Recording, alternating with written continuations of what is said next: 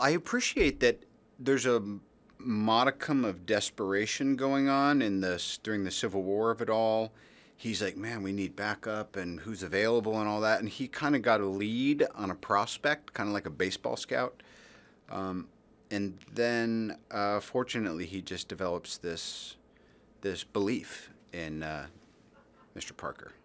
You know what it's like? Your kid turns 16, and that means they're supposed to be able to drive. But, now there's all those apps where you can find out where they are. It's kind of like that. He's attempting in his own half-assed way to do some modern parenting.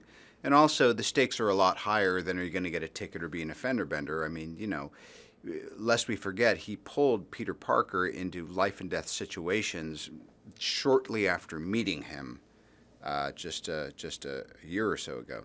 In a way, I think Tony looks at him as, wow, this is a really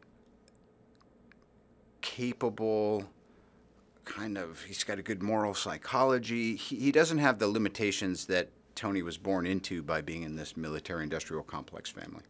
First of all, Tony is unlike many superheroes. He's been in a committed relationship for some time, but just like, if you have a nice wife, she'll say, oh, you can flirt, just don't do anything about it. And I really wanted to play that up because, the Aunt May was remarkably different previously, and I've known Marissa for a long time, and she's just a perfect...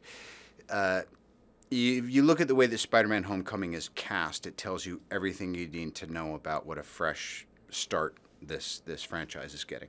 This movie is really fun. It's really well conceived. It's highly entertaining. It really takes full advantage of all of the possibilities that you would hope a new iteration of Spider-Man would have. It really delivers. When you see it back or you get the feedback from an audience or from people who are seeing it and reviewing it, you go, yeah, you were right to do that version of it, not this version, because, it's always a game of degrees and inches and all that stuff. But also for me, seeing all this young talent coming in and they've been influenced by me and Michael Keaton, and now we're actually, speaking of Homecoming, we're kind of feeling like, these kids are pretty damn good.